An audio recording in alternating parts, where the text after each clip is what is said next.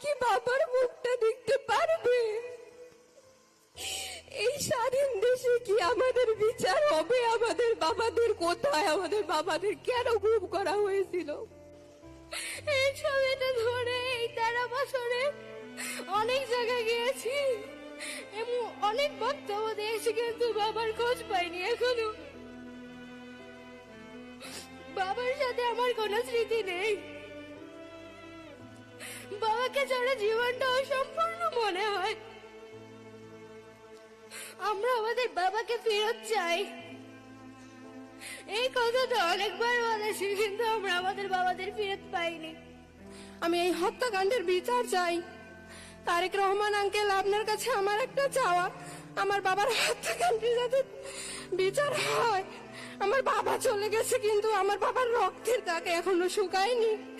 বাবাকে নিয়ে হাজারো কথা ছিল, যা বাবাকে বলা হয়নি, সুযোগ পাইনি বাবাকে বলার।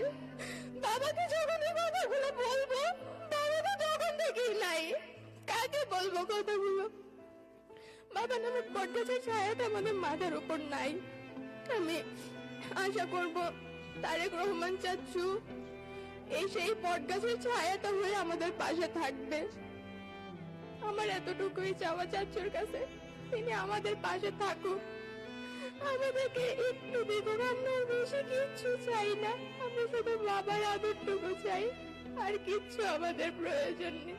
গুম কমিশন যেটা রিপোর্ট, ফাইনাল রিপোর্ট সাবমিট করেছে, সেখানে তারা বলেছে 251 জনকে ধরে নিতেছে, তারা আর কখনো ফেরত আসবে না।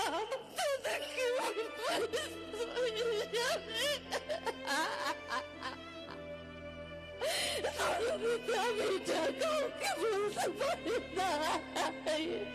আমার শাশুড়ি সামনে বসে আছে, সে 2 দিন আগেও দোয়া করছে আমার ছেলেটা যেন ফিরে আসে। আমি তাকে বলতে পারি না যে গুম কমিশনকে রিপোর্টটা দিছে।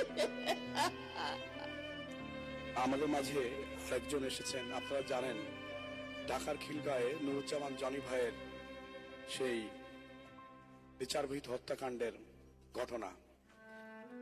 আমার ভাই 2013 সালের 4 ডিসেম্বর থেকে আমি ওকে খুঁজে খুঁজে রাস্তায়, বিভিন্ন প্রেস কনফারেন্সে, আমরা রাস্তা ছাড়ি নাই।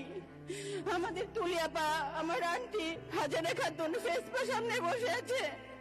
আমার মা এসেছে শেরপুর থেকে, তার 2 চোখে অন্ধ হয়ে গিয়েছিল। একটা চোখ অপারেশন করে ঠিক হয়েছে, আর একটা চোখ ঠিক হবে না কখনোই। আমার মাকে আমি বলেছি, আম্মা তুমি এসো না কষ্ট করে। বলে, মা তুমি কি বলো?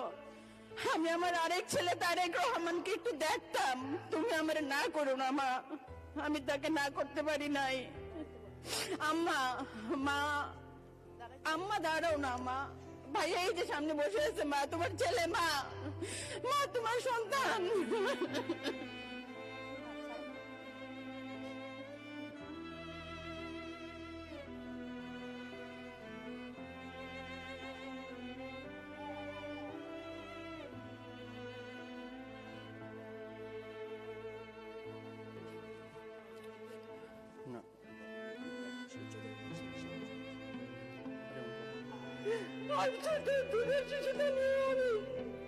কি অবস্থায়, কি কষ্টে আছি সেটা আমি কাউকে বোঝাতে পারবো না।